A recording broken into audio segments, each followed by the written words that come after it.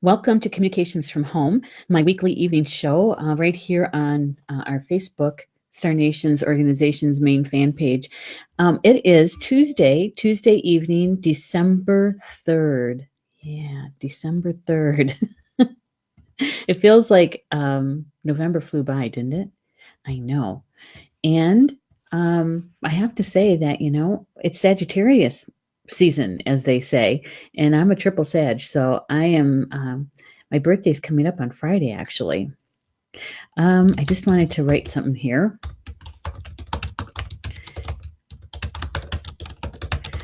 Forgot to do something. Here we go. Forgot to put the welcome on there. So anyway, tonight's show, I hope you guys are going to enjoy it. Please share with me your thoughts and your feelings about the topic. It's all about, the title of the show is Claim Yourself, Claim Your Life.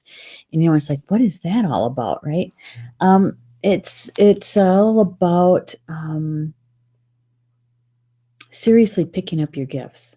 If you haven't done it already, or if you kind of tentatively have done it, or you're kind of in that place of, I don't know what my gifts are, right?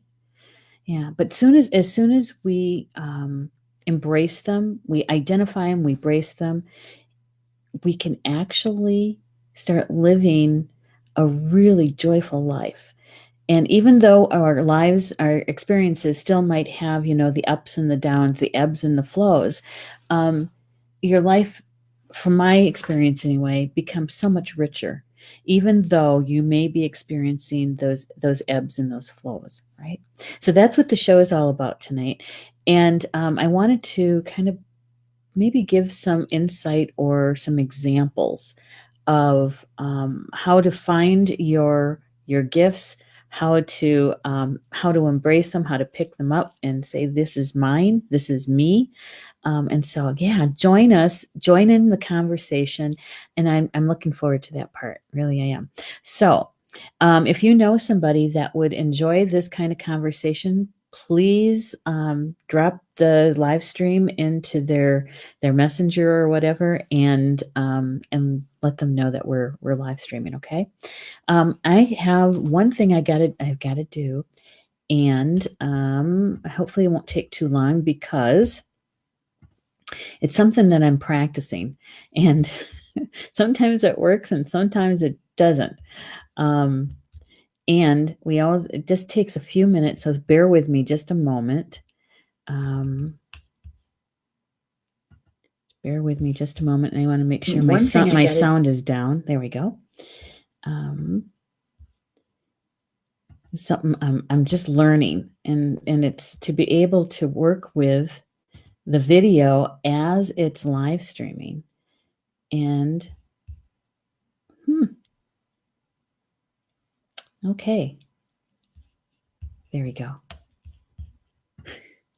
Thanks, you guys. I appreciate it. Bearing with me just for a second here. There. That'll do it. It didn't quite work the way I thought it was going to, but technology. I'm going to figure that piece out yet. I can do it for other people who are doing their live shows, but I can't seem to do it for myself, and I don't know why. So there we go. Let's check to see who's in the live chat with us, okay? All right. Just to say hi to a few folks here. Hey, Rochelle's here. Hello, Rochelle. Good to have you here. It's always good to see you in the house, Rochelle. And Kimberly's here too. Hello, Kimberly, from across the pond. It's got to be late by you. Amy Daniels is here. Amy, it's good to have you in the house. Oh my gosh, it's been a while. I know your vacation started, didn't it? Yep. Thank you, Rochelle. Thank you so much for doing that. It's very, very kind of you. Andrea says, hello, can't hear you. Uh-oh. Uh-oh. Rats. Thank you for letting me know. Hang on.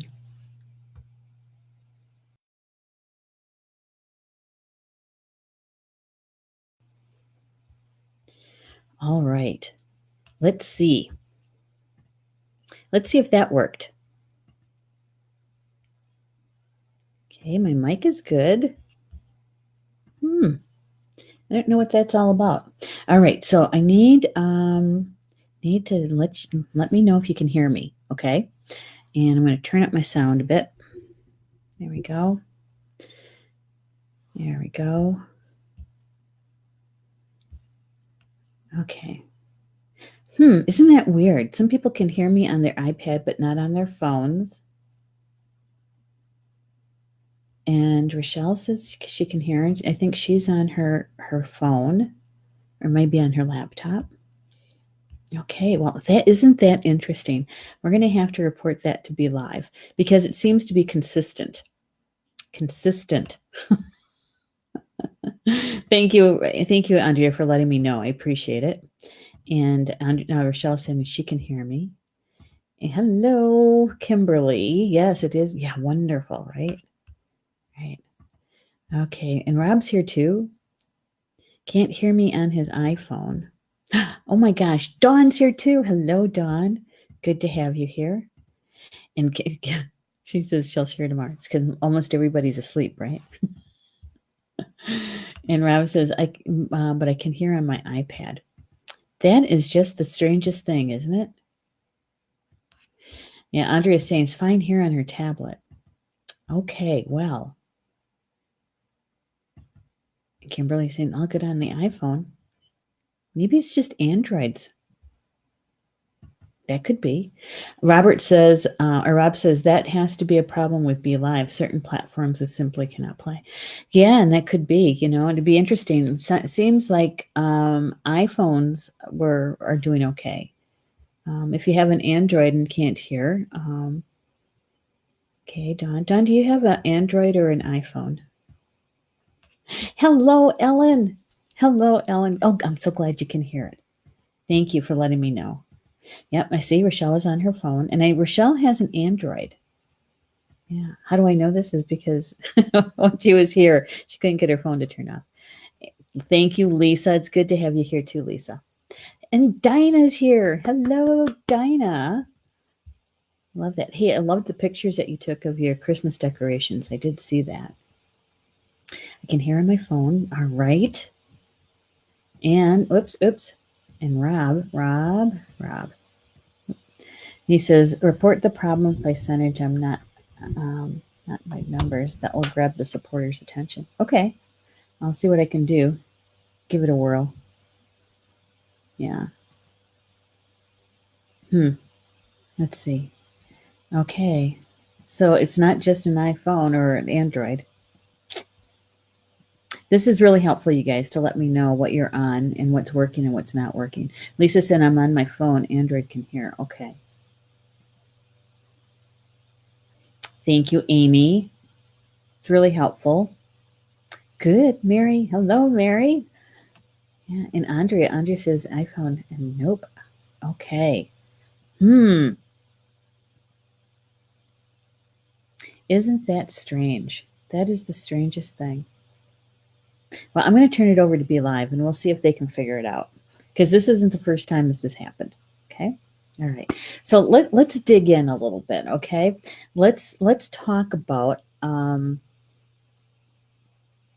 do you claim your life? What does that really mean? Right? What does it mean to claim yourself and to claim your life? When I was asking my spiritual team, so what do you want to talk about this week? What should we talk about? What should we share? And it came to me immediately, and it was like somebody was sitting right next to me, because they were talking to me, and they were saying, claim your life, claim yourself, claim your life. Okay. Claim yourself, claim your life. And, and I suppose it has many, and it can have many meanings to it or nuances to it, right? The claim yourself, sometimes that's hard to do. And I don't think it really matters what age you are, although it could be easier if you're older, you have more life experience, I suppose that could be. But to claim yourself, right? There's aspects of ourselves that perhaps we don't want to look at. We don't want to identify, right? Years and years and years ago, there was a time when being Native American was not a healthy thing to be, much less a Native American woman, right? And we're not talking, like in the 1800s, because that was certainly is true. But even in the 1950s, 60s, 70s, yeah, it wasn't a healthy thing to be because you were targeted, right? And because there was so much intermarriage, and there are some people who didn't physically look Native American, although they may have had a Native parent. Sometimes they would not claim that part of themselves, right? And and to some degree, I can understand. That because it was safer, and it also meant that you weren't having to deal with certain kinds of other people, right? So I can kind of understand that. And then there's the flip side of that. In my family, there was a very long time where we didn't claim our French blood, our French Canadian blood. you know, isn't that silly? I look back on that and I just think, why? Why not claim it? But in my generation, we did claim it. We didn't want to be excluding a part of our family because it was a racial thing, right? So there is that aspect, and I think in some places, and many people, especially in our kind of community, where we are awake beings, right? That we don't generally have those kind of divisive racial kind of things going on, right? There's other things. There's also the aspect of whether or not you're heterosexual or if you're gay, right? Or bisexual, or what's the new term now? Fluid, right? There was a time when even that was difficult to claim, right? And not that long ago, we're talking about the 60s, the 50s, the 40s, right? Where in many countries and many states within this country, um, to claim your you're gay or lesbian or bisexual meant that you were going to be persecuted, meant that you could come to physical harm, meant that you could actually be murdered, right? Or in some countries, they were actually put in prison, right? Yeah. Just like perhaps in a past life, many of us, were practicing pagans, witches, and went through, that time of being identified and persecuted and killed, right? And so when you come into a future life and you're not claiming your gifts, you're not divulging that you have dreams that tell the future, right? You're not sharing that you can see spirit. You certainly don't douse in front of people, right? Yeah. So do you get the nuances and the meaning behind claiming yourself? To claim yourself in all aspects of you, right? Have you ever had a moment, or maybe a time in your life where you did embrace your full self with full knowledge that you weren't, right? With full knowledge. Yeah. When we do that, we don't experience our whole being, right? We're only experiencing fractions of it, fractals. right? Yeah. So claiming your gifts. See, in my world,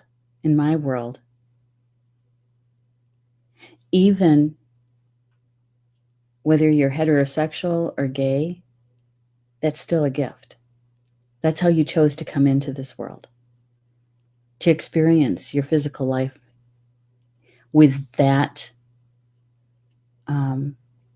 veil over it, right? That at a soul, you wanted that experience. And so to me, in my world, that's a gift. We came in with it. It wasn't something that you purchased and said, this is what I'm going to be, right? You didn't fake it. And it's probably even the opposite, right? You didn't claim it. So you didn't fake it. Yeah. Oh my goodness, Mary's here too. Hello, Mary Ann Rats. Well, I'm hoping you can hear. And Julie's here too. Hi, Julie. Julie, we got to have a meeting. And Mary says, hey, Julie to Julie.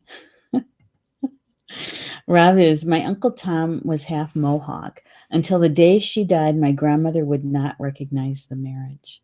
Yeah. Yeah. You know,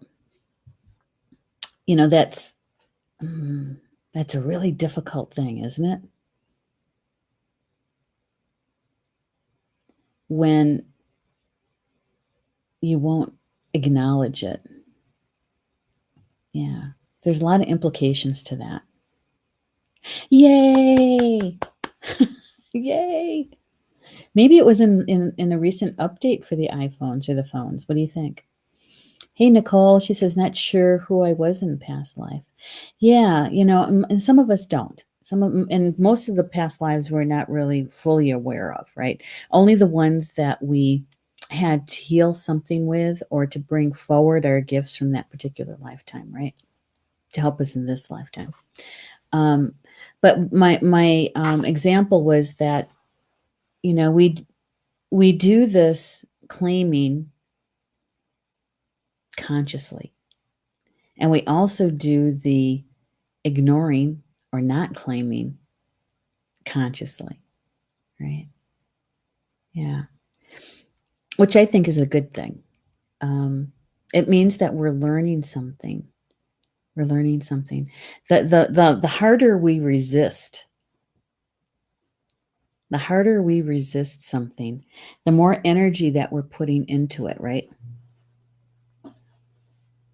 And many times we make our lives more difficult because we're the ones that are standing in the way. We're the ones that's blocking the energy flow, right? With that resistance. And it's been my experience that when I stop resisting, some would actually say when you surrender into the flow, right, that you begin to, Paul's home. I think he forgot I was having a show. When you're in the flow, your life becomes a little bit easier, right? It's not quite as painful. Yeah. So when we're claiming ourself, when you're claiming yourself, that means you're embracing all of you. And sometimes, that just popped into my head now, is that, many times we are not loving all aspects of ourselves because we don't feel like we're perfect, right? You're not the right size. You're not the right hair length or eye color or thickness of your hair. There's something not right that you don't want to embrace. And you know how that feels, right? You know how that feels when you're looking in the mirror. And we do this.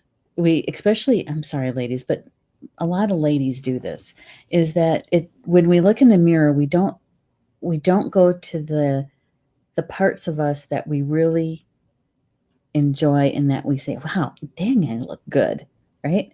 Now we go to the parts that are not in our perfection, right?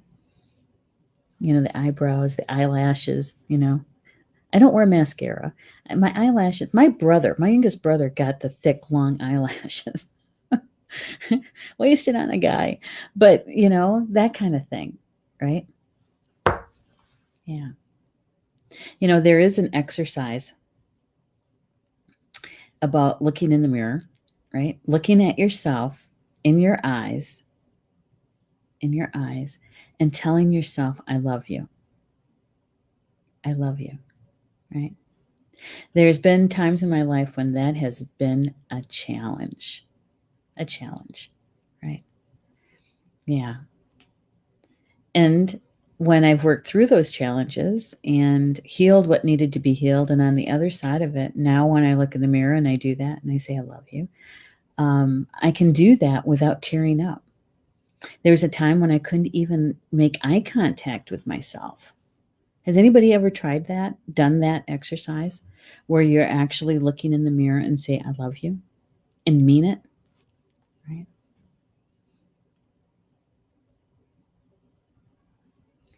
All right. Rob says, for me, I bought a pentagram coffee. Yeah.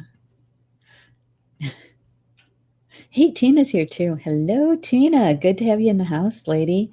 Jocelyn's here too. Hello, Jocelyn. So we're talking about, sharing about claiming yourself, all of you. And when you do that, you automatically start claiming your life because you're in alignment with yourself, right? You're in alignment with your soul. And so what happens? Really unique things start to happen. All those synchronicities start piling up, right? And certain people are coming into your life, and you have these kinds of life experiences like, man, I am so grateful that happened, right? It's because the energy that's flowing through you through your life is in a good flow, right? It's not blocked. That's a huge block, honestly, is when we don't claim ourselves, when we don't accept ourselves in our wholeness, right? Yeah.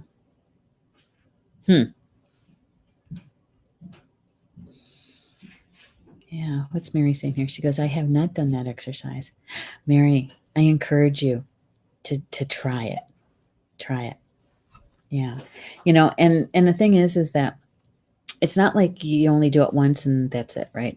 You do the first one and kind of sit back and take a stock of what you were feeling when you were going through it. Could you make the eye contact, right? When you said to yourself, I love you, did you remain with the eye contact or did you look away, right? Did it make you feel good, happy, joyful? Or did you well up with tears, right? Did you have, a cry? Yeah, that's really telling. It really is about where we're at in our soul work, right? So many of us have been working very diligently on healing aspects of ourselves, right? And some of us have been at it for decades, right? It's that onion thing, the layer after layer. And I have to say that when I first did this particular exercise with the mirror was back in the 90s, and I had a hard time looking at myself in the mirror. Yeah, yeah. You could tell by my physical health too, because I had 4 bouts with pneumonia in almost 3 years. That's a lot. That's a lot. Yep. That was what I call my first well-known 2x4, cosmic 2x4. I did. Uh, Rochelle saying, yes, I have. It was hard at first, but I survived. Good for you, Rochelle. Good for you. And every once in a while, give it another whirl, right? And see where you're at with it. Yeah. Hi, Tony. Oh my gosh, good to have you here, Tony. It's been a while too since we've seen each other. Dinah says it's a tough exercise. I realized how much I was rejecting my inner child when I began doing a meditation where I met her in a park and I couldn't even look at her. It was much better now better now, but that was profound. Oh, good for you though, Dinah, for being brave, right? Yeah. And knowing that connection that you have with that aspect of yourself called the inner child, right? That you can love her the way that you always wanted to be loved. To accept that part of you the way that you've always wanted to be accepted, right? It's very powerful. It's very powerful. Mary's saying, I am guessing I would cry if I would let myself. I don't let myself cry much. It hurts. Oh, well, that's a good one to bring up too, Mary. It really is.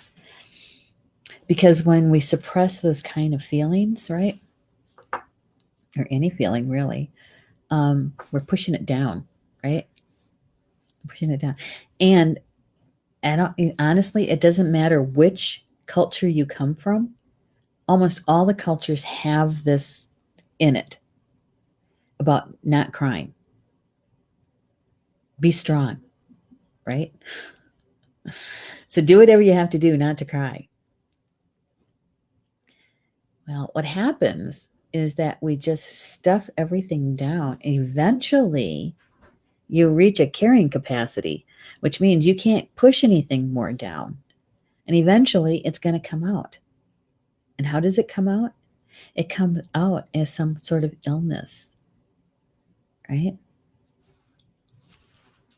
Because your body has to get rid of that energy somehow. So, having a really good cry, especially, well, women, we have one of our gifts is our emotions. It's a gift. I know sometimes it doesn't feel like it, but it is. It is. And so to be able to express that any emotion is great. Is great. Because in my family, Mary, couldn't cry. Never let them see you cry. That's a weakness, right? And you couldn't show how happy you were. You're not supposed to show any extreme emotion at all. Just kind of even, right?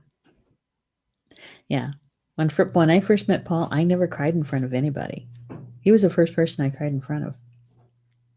That was in 1978. Oh my gosh. Oh, Tony saying so hard for me. Great to see you. Ah, it's good to see you too.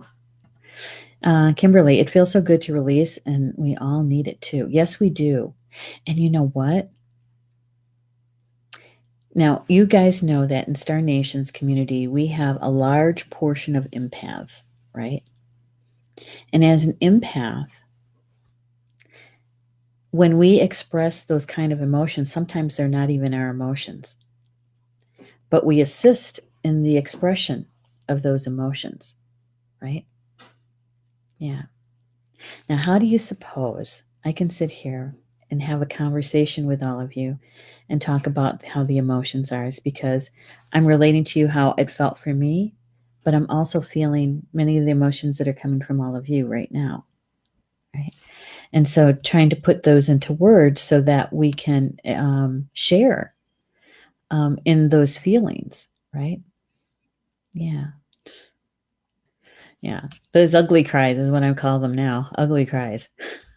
I have one every once in a while. It's a pressure release valve. It really is. Rob says, I've read of spiritual traditions that disdain crying as an infantile distress call. Yeah, yeah. And the thing is that depending on which authors and that sort of thing, especially for Native people, is that children back in the 16, 17, 1800s, you didn't have a whole lot of children crying.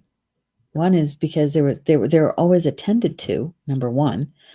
But to keep them safe from predators, right, is to minimize the crying, the distress call. Yeah. So I think that there's probably a facet in there from our ancestral lineage and from that ancient part of us that maybe taps into that. That's a possibility, isn't it? It's a possibility. So then it goes back to, do you feel safe? How safe do you feel?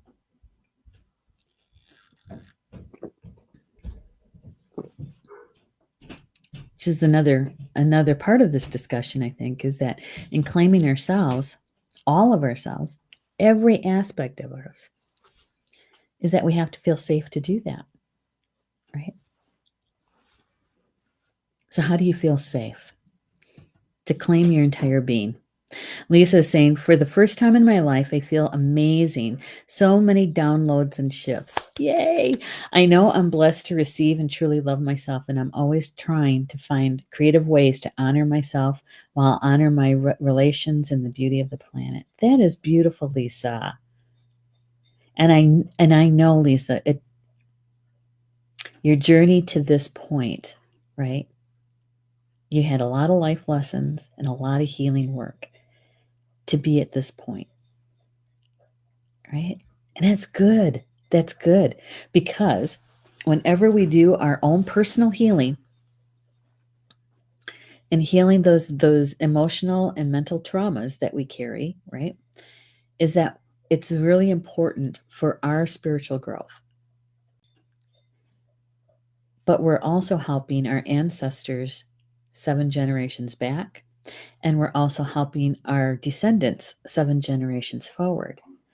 So in the healing that you're doing, even if you're just doing that very simple exercise of looking in the mirror, you're actually consciously on the path of healing. And our ancestors and our descendants will be feeling that, right? Our ancestors will be able to disrupt a cycle and to heal that, right? So that our descendants don't have to carry that. It won't even be a dream to them because it's not even a part of their awareness. So our own personal healing, it's no small thing that we do. And yes, it is for us personally, but the effect of it is huge, huge. Just like when we claim ourselves, when we claim our entire being, as Lisa put it, right, is that we affect the world around us. Our vibration changes. Our vibration changes. It shifts. And in that shift, you change your life. You're claiming your life. You're creating your life. Taking responsibility for it, right?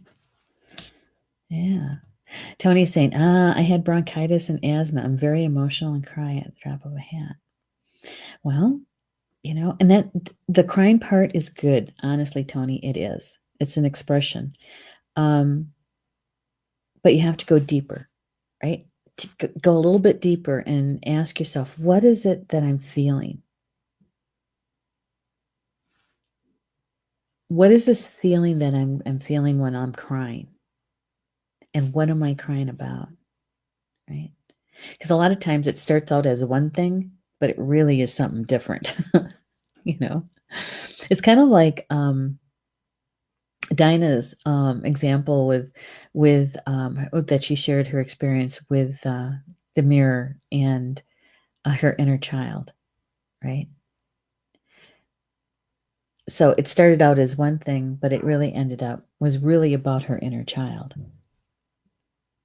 Yeah. Yeah. So, but you're on the path. You're on that path of healing, which is good. It is very good. Mary's saying that it sounds odd, but if I really cry, I get sick to my stomach. Yep. Yeah. When you really cry, sometimes I get a headache.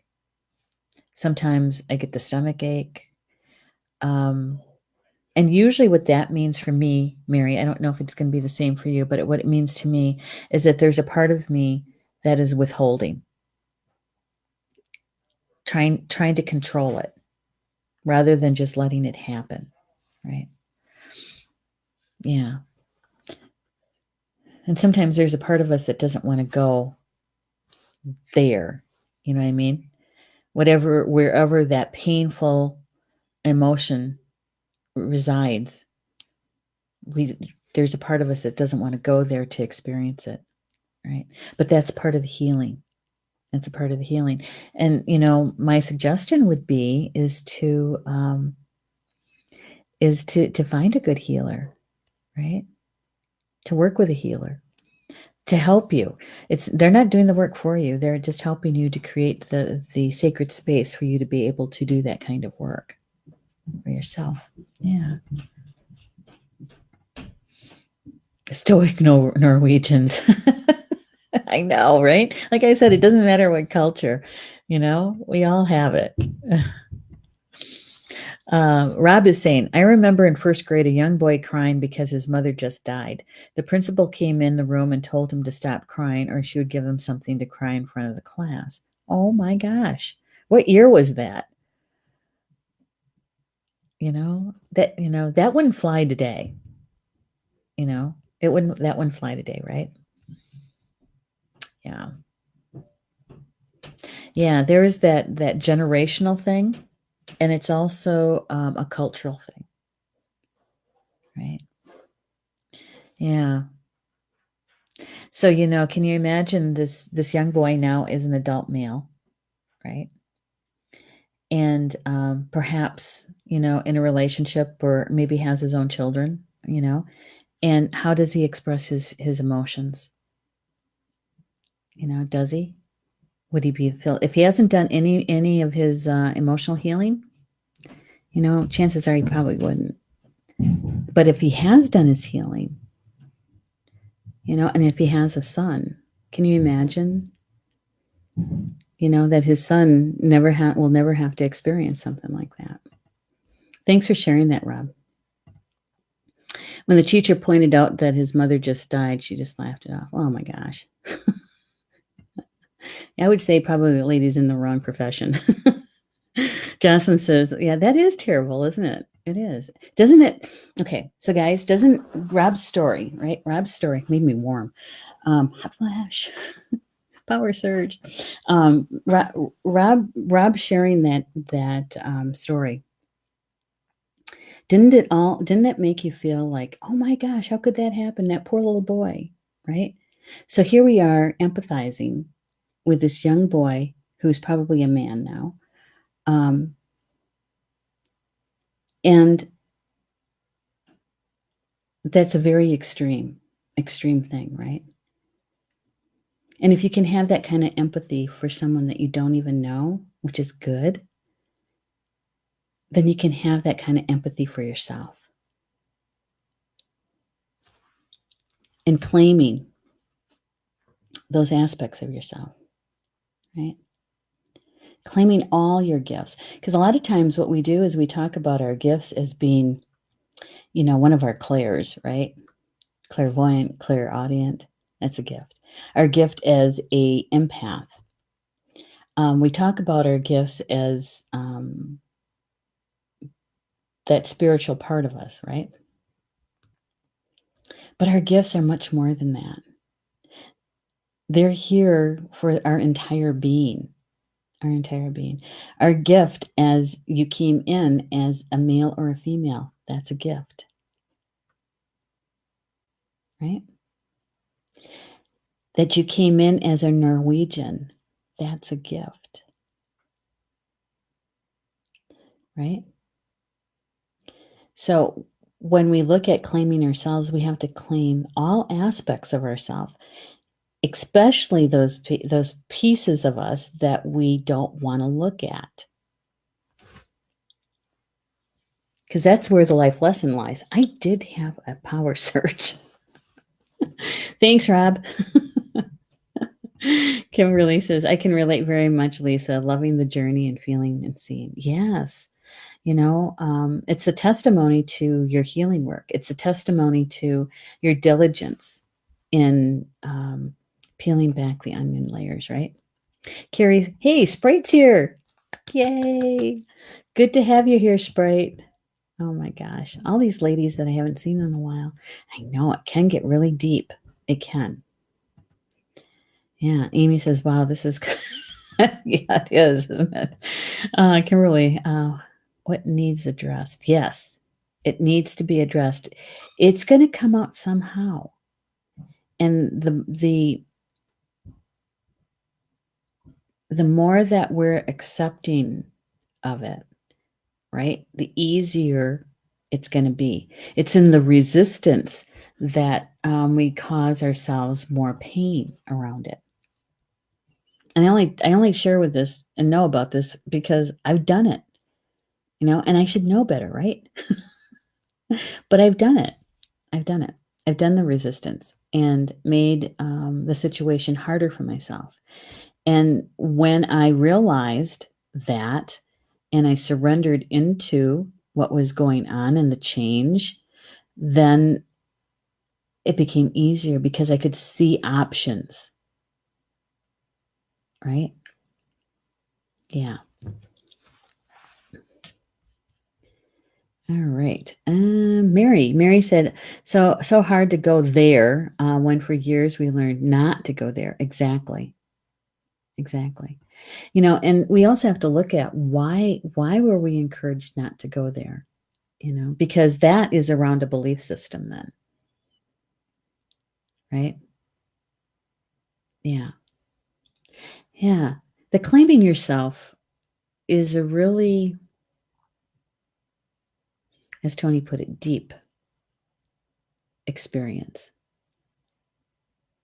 How you can embrace yourself and all of your gifts, all of them. Ed Langen, he's one of our show hosts here at Star Nations. I did a reading with him. He gave me a reading, I should say. It was a few months ago. And I was sharing with him about back in 2017, winter solstice. At the sacred fire, I said out loud that I wanted to experience all of my gifts at 100%. I want to know what that feels like in this lifetime. Knowing that when I said that, I have to get prepared for it. Some healing's got to happen, right? Okay. And so when I was sharing that with him, and he was channeling, right, his the ascended masters for this reply, and the reply was, no matter where you are in your life, you're experiencing your gifts at 100%, always, always. It's nothing that you have to wait for. It's nothing that has to be purchased, right? That we came in with them. They're here with us all the time. Even though you might not know what they are by name, they're always with you. Always. At 100%. And when he said that, that was the one thing that just, I tell you, was straight to my heart. And I thought, oh man, I don't have to work so hard to get to them because they're always here. And really, that's a shift. That's a consciousness shift. Yeah. Hey, Teresa's here too. I know, right? And Rob says it's about 76 or 77. I was in first grade. Wow. So you witnessed this, right? Is that what you're saying, Rob? Is that you witnessed it? Or this was just, yeah, you said it was a story, because it would be interesting to see what it had been like as a child to witness it.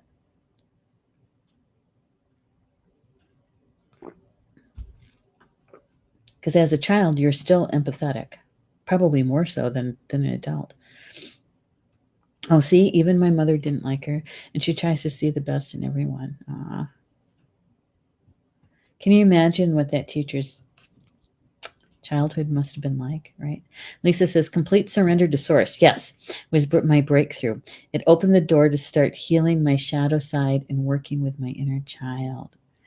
Oh, that is so great. And exactly true, Lisa.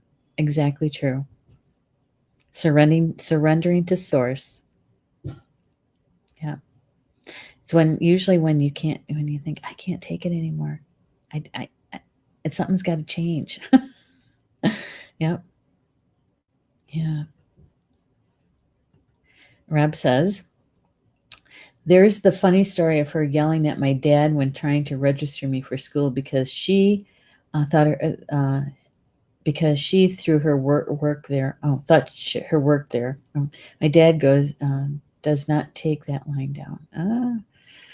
One of those parents. Good for him. Julie says, I remember watching Old Yeller at school, and I started bawling when the dog died, and everyone was freaking out and asked me what was wrong. Really?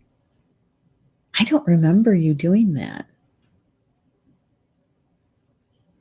Wow. Was I there?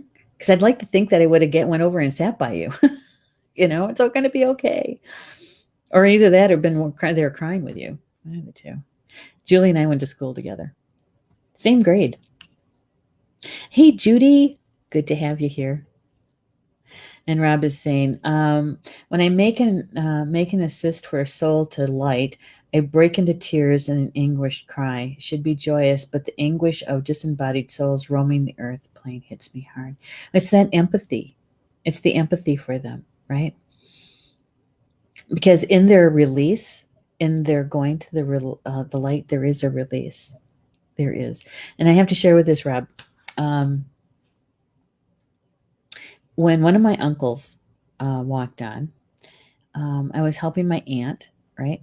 And holding it together for her, helping her through the funeral process and that kind of thing. And it was a Ho-Chunk funeral, all right? So it was a very traditional funeral. And we had to have a tobacco pouch, a bag, and we had to give it to with tobacco in it. And we had to give it to the spiritual leader of the spirit clan. And so, my aunt did that, and he says, "Oh, this is just very, very symbolic. We're going to be using a lot more tobacco than just this one bag." And so he says, he handed it to her, and he said, "Why don't you put this into the casket? The day that the viewing and the ceremony is taking place, right?" So she turns to me in the car, and she goes, "I can't do that. You're going to have to do that for me." So she hands me back the bag. All right. And so the day of the funeral, I'm up at the casket, and I held it together because I was working for my aunt, right? And so I placed the tobacco bag into the casket, and as soon as I did that, as soon as it left my hands, it was like I could feel that disengaged energy, right? And I sat down in the chair, and I just started crying, bawling, crying, and I'm sitting around aunts and cousins who believe that you're not supposed to cry at funerals. My mom was there. They're all telling me, stop. You're going to make yourself sick.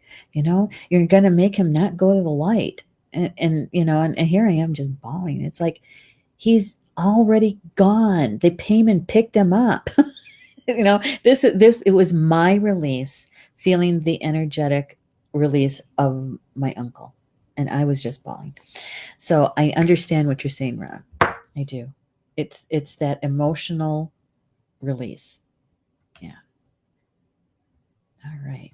Lynn says, I cry a lot watching animal movies like Old Yeller too. I know. Yeah. Hmm. Jocelyn, holding in your emotion contributes to PTSD. Yes, it does. Yes, it does. And it's actually one of the triggers too. So yeah, it's in the healing. It's in the healing work that if you can, with assistance, to be able to go deeper into the cause or the reason. What is it that I'm healing? You know? Yeah. You don't have to know every single detail, but for like Rob, let's say that Rob story that he shared about the little boy, maybe the other kids that were watching this, that they may have been going through some stuff too, right? Um, for whatever reason, they were affected by it as well. And so that's a part of their healing too, right? So you don't have to know every single detail to the healing work, but realizing that, oh, it's my inner child. Oh, it's related to that incident when I was a kid. All right. So what do I have to do to heal this? What do I have to do to let it go? Right? Because it's in that healing work that we get to remove a layer of debris that hinders us from claiming our gifts and using them as much as we possibly can. Right? Yeah. Good one. Thank you, Jocelyn, for sharing that. Tina, first time I saw you make a funny. First time I see you make a funny. Oh. Wait till you get to know me better, Tina. Carrie says, we are always experienced our gifts. We are always experiencing our gifts. They are here with us all the time. So how can we be more aware of when they are here? Okay, good question, Sprite. Good question. Okay, so when you're actively using your gifts, if they bring joy, they bring happiness, even in the littlest ways. So, for instance, one of my gifts is that um, it's very easy for me to see patterns or to recognize patterns or to sense when a bunch of things is going on at one time that there's a pattern to this. Wait, and I can kind of feel it and figure it out, right? Which means I'm really good at jigsaw puzzles, right? Right. Really good at figuring out solutions. So whenever I have my gift at work, I am so happy and I get so excited. It's like, see, you get so happy doing it that you can't stop it. It happens. It's there and it's out, right? Yeah. That's one of the ways that you can tell.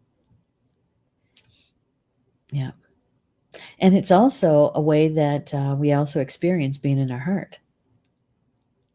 Yeah.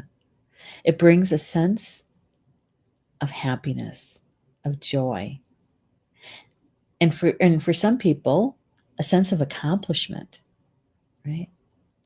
And so there's some people who are really, really good with languages.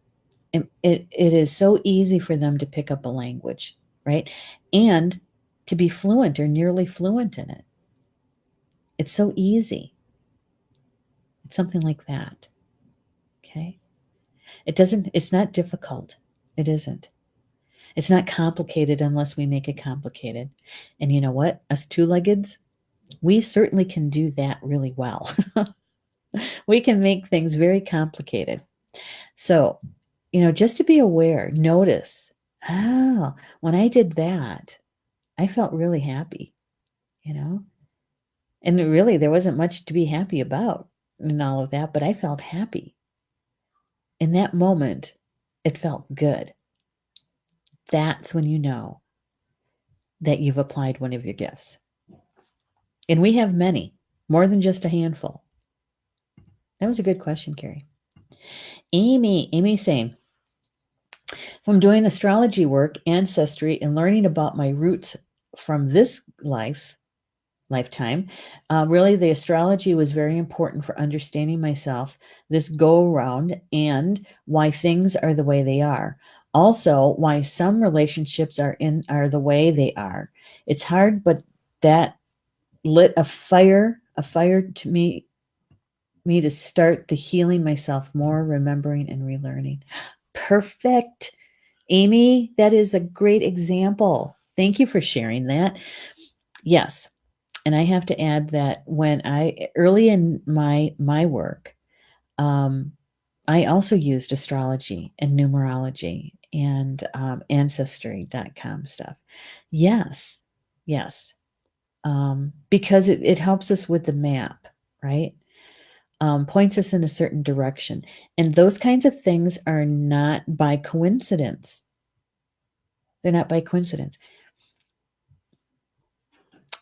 So if you haven't had your astrology done and don't know your natal chart, right? It's a good investment in yourself to do. Especially especially those of you that are interested in the past life stuff. Those nodes are the ones that tell us a lot about our past life. I think it's the North Node. I'm not an astrologer. That's not one of my gifts. Numerology isn't one of my gifts. Ascension sacred geometry is one of my gifts, but not astrology. I go to Julie Hedges, and she helped me out a lot in 2017. Yeah. Thank you for that, Amy. Perfect. And Robert says, yes, I witnessed it and was very empathetic as a child, as I am now. Yeah. Good for you, though. Yeah. To be that young and to witness something like that, to bear witness to it, you know. Yeah. Lynn says, I cry a lot watching animal movies like, oh, yep. Yeah. Those movies. Those are, if you ever need to have a really good cry and you can't, because you tend to stop it, or, that kind of stuff. You get too much in your mental mind about it. Watch a movie like that and it'll help you cry. That's for sure. All right. So Amy says, Mom shocked me for today dinner. She said, we're not alone. I invited several relatives to dinner. She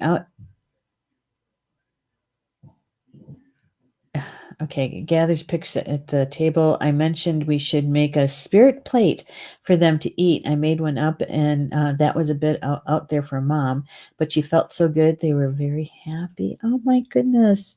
Amy, how good is that? That is very cool. And that your mom was open enough to experience that. Wow. And I'm sure your relatives, your ancestors were very happy too. They got to eat a meal with you. Rob says, for crying during movies, the end of The Champ does it every single time. Oh my gosh, just those good commercials. There's one for Apple. I don't even know what product it is, but oh my God, I just saw it the other day, and I'm literally standing in the living room watching it, and I'm just crying.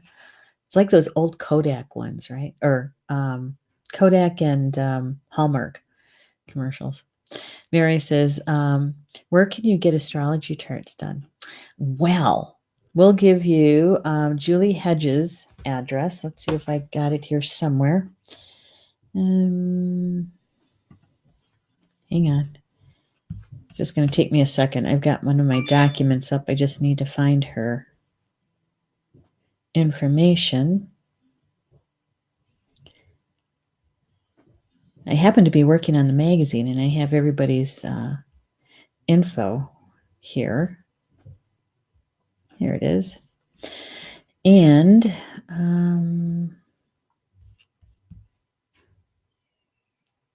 Oops, gotta scroll just a little bit further.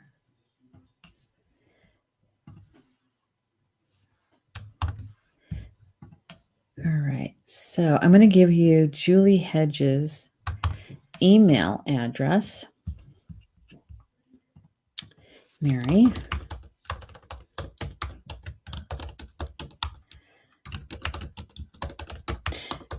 She also does tarot as well. She's one of our show hosts here. And this is her email address. And you can contact her. She's very good. And she's very good at teaching you about your own astrology. I had some eye openers with her. All right. Amy says the birth chart is so worth having done. Yes, it is. Yes, it is. Rob, to my parents' credit, they never stopped me from crying over someone dying. Well, that's good. That's really good. You know, there's got other stuff going on. In my family, yeah, the men aren't. We're not that lucky. Oh, okay. Rob's got a different one for empowerment. Okay, .com. That's her website. All right. And Mary's saying that she's participated in Julie's shows. And yes, she is. She's very good. All right. So we only have, we're at the very top of the hour. All right. So I want to kind of wrap this, kind of bring it all together. Okay. Is that to claim yourself is very important. All aspects of yourself, your shadow side as well. Okay. Is to accept and to love yourself, to claim yourself in all your aspects, your inner child, your conscious self, and your higher self. Right? That's being a whole being. And when we do that, we're claiming our physical life here. We're claiming it in the way that it was meant to be claimed by us, to have the physical experience that our soul signed up for. Right? And so we're actually being very active, conscious, and aware of living our soul contract. And that's the best place to be, because it is a very high vibration. There's love that was involved in creating that soul contract. Right? Yeah. So I hope this was helpful. I hope our discussion in our chat was helpful. If you have any questions or anything like that, please put them in the comments and tag me, and I will get back to you with the best I can with an answer. Yeah. And I want to thank you, everyone, for being with me tonight for this show and for this topic. We learn so much more from each other when we share. And so thank you so much, everyone, for sharing to this evening, adding to the conversation. And for those that are watching the recorded show, thank you as well. And if you have any comments that you'd like to share, please put them in. Yeah. So just a couple things before I let you go for the evening, and that is I am currently working on the December issue of the Star Nations magazine. The November issue is still available. I think you're really going to like the December issue. We're about halfway through its creation, and yeah, I can't believe we're doing the last issue for 2019. Holy smokes! But I hope you guys are going to like it. Tomorrow, Wednesday, is at 3 p.m. Eastern time, is the Spiritual Roundtable with me. It's in the afternoon at 3 p.m. Eastern time. We're going to be doing the card draw. I'll do the card draw in the morning, and we'll have the conversation, the discussion about it in the afternoon. So join me for that. And then in the evening at 7 p.m. Eastern time is Soul Connections with Polly Jo LeBay. It's an evening of healing and divine messages. So if you're looking to do some of your own personal healing, that is an evening to join us. Just come with your own intention and your own spiritual team, and there will be a sacred space waiting for you to do your healing. Yeah. All right. And Thursday. Thursday is Spiritual Mysteries of Life with Connie Shearwater. And she's going to be continuing her series of the I Am Presence. So hopefully you'll be able to join us for that as well. So with that, thank you for being here. And Bama Mina, you know what that means, don't you? In Potawatomi, it means until we see each other again. Love you guys.